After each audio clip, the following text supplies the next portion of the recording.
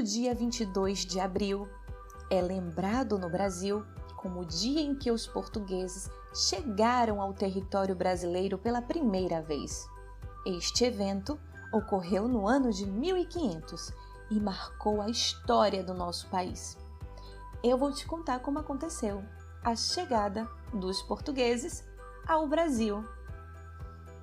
Há muito tempo atrás, lá no ano de 1500, um dos países da Europa chamado Portugal tinha o objetivo de explorar novas terras, pois queriam conquistar mais territórios, conseguir mais ouro e especiarias como cravo, pimenta, canela, noz moscada.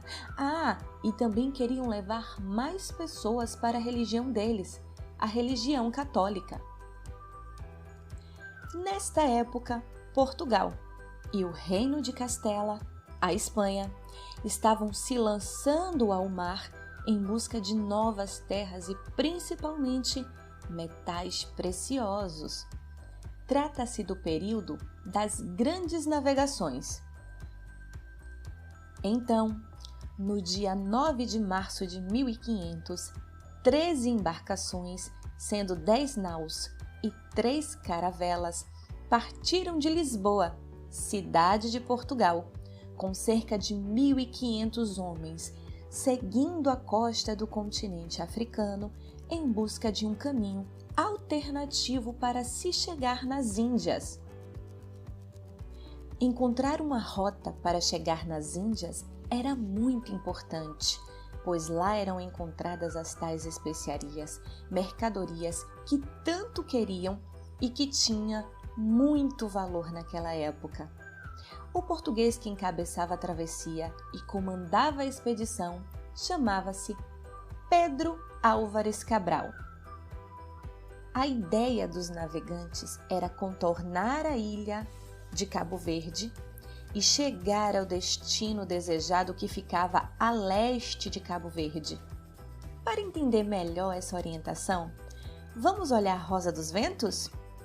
A Rosa dos Ventos é um instrumento muito utilizado nas navegações para orientação espacial e nela estão representados os 4 sentidos fundamentais e seus intermediários. Os sentidos fundamentais são norte, sul, leste e oeste. Importante dizer que as Índias estavam no leste, mas depois que chegaram na ilha de Cabo Verde, na África, as embarcações resolveram seguir para o oeste, atravessando o Oceano Atlântico. Como os navegantes portugueses seguiram para o oeste, após alguns dias, avistaram um monte de terra e aí gritaram: "Terra à vista!" Eles tinham avistado o que atualmente é a cidade de Porto Seguro, no estado da Bahia. Como eles viram o monte e era tempo de Páscoa, acabaram chamando aquele monte de Monte Pascoal. Portanto, chegaram a um local até então desconhecido para os europeus. Assim, em 22 de abril de 1500, a expedição portuguesa, comandada por Pedro Álvares Cabral, chegou ao Brasil, terra ainda desconhecida. O litoral da Bahia, naquela época, era ocupado pelos índios tupinambás e tupiniquins. Já no interior, tinham os aimorés, ou seja, aquela terra já era habitada pelos índios nativos brasileiros. De início, os portugueses encontraram um grupo pequeno de indígenas e se surpreenderam pelo fato dos índios andarem nus e com os rostos pintados.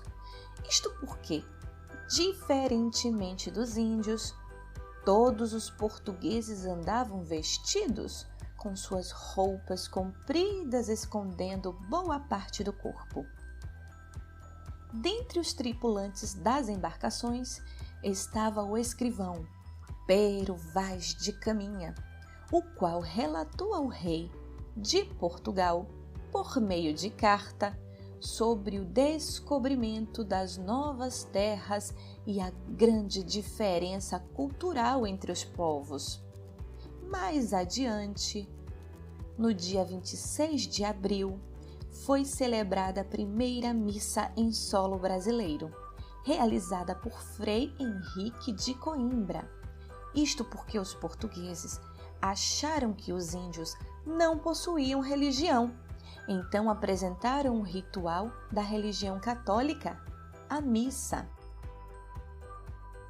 Interessante explicar que, inicialmente, Pedro Álvares Cabral achou que aquela terra encontrada se tratava de uma ilha. Assim, passou a chamar de Ilha de Vera Cruz. Posteriormente, quando perceberam que se tratava de um continente, passou a chamar de Terra de Vera Cruz.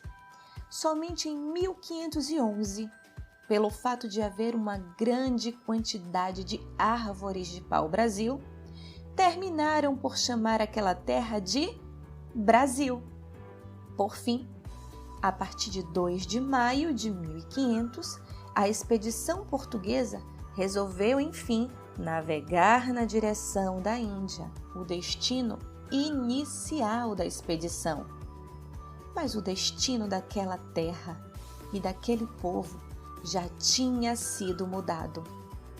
A forte ligação entre Brasil e Portugal começou daí, do dia 22 de abril de 1500, dia da chegada dos portugueses ao território brasileiro.